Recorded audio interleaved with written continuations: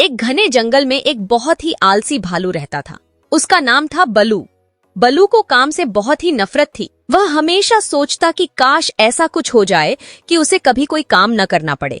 वह दिन भर पेड़ों के नीचे बैठा रहता, मस्ती करता और सोता रहता। बाकी जानवर मेहनत करते, खाना जुटाते और अपने लिए सुरक्षित जगहें बनाते, लेकिन बलू को यह सब बहुत बोरिंग लगता था।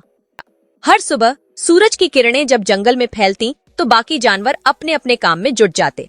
हाथी लकड़ी जमा करता है, चींटी अपने लिए अनाज इकट्ठा करती और पक्षी अपने घोंसलों को सजाते। पर बलू, वह बस एक बड़े पेड़ के नीचे आलस से पसरा रहता। वह पेड़ की छांव में लेटकर अपने बड़े बड़े पंजे हिलाता और आकाश की ओर देखता रहता। उसे ना तो खाने की चिंता होती थी और ना ही सुरक्षा की। उसे लगता था कि जंगल में उसके लिए सब कुछ आसानी से मिल जाएगा। जंगल में बलू का एक अच्छा दोस्त था, बंदर मणि। मणि बहुत मेहनती था। वह बलू को अक्सर समझाता, बलू, इस तरह से आलस करना ठीक नहीं है। जब सर्दियां आएंगी तो तुम्हें बहुत मुश्किलें होंगी। खाना ढूंढना मुश्किल हो जाएगा और तुम ठंड में कैसे बचे रहोगे। लेकिन बलू हंसकर कहता, क्यों इतनी चिंता करते हो? जंगल में खाने की कोई कमी नहीं है और वैसे भी ठंड का भी कुछ उपाय हो जाएगा। समय बीतता गया और धीरे धीरे सर्दियां आने लगी। जंगल का वातावरण ठंडा होने लगा और पेड़ों से पत्ते झरने लगे। जानवरों ने अपने लिए गर्म और सुरक्षित स्थान बना लिए और उन्होंने अपने भोजन का भी संग्रह कर लिया था। लेकिन बलू, वह अब भी उसी पेड़ के नीचे आराम फरमा रहा था। उसे लगा था कि सर्दी बस कुछ ही दिनों की बात होगी। लेकिन जब ठंड बढ़ने लगी तो उसे अपनी गलती का एहसास हुआ। एक दिन जब बलू भूख से तड़प रहा था, उसने जंगल के बाकी जानवरों को देखा जो अपने संग्रहित भोजन का आनंद ले रहे थे। उसने सोचा, काश मैंने मणि की बात मानी होती। अब मुझे सर्दियों में खाना नहीं मिल रहा और ठंड भी बर्दाश्त से बाहर है।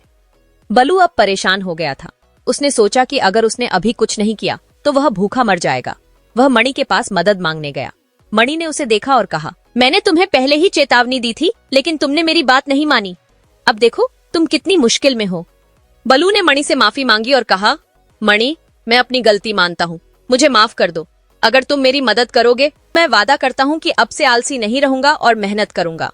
मणि ने अपने दोस्त को माफ कर दिया और उसे अपने भोजन में से कुछ दिया।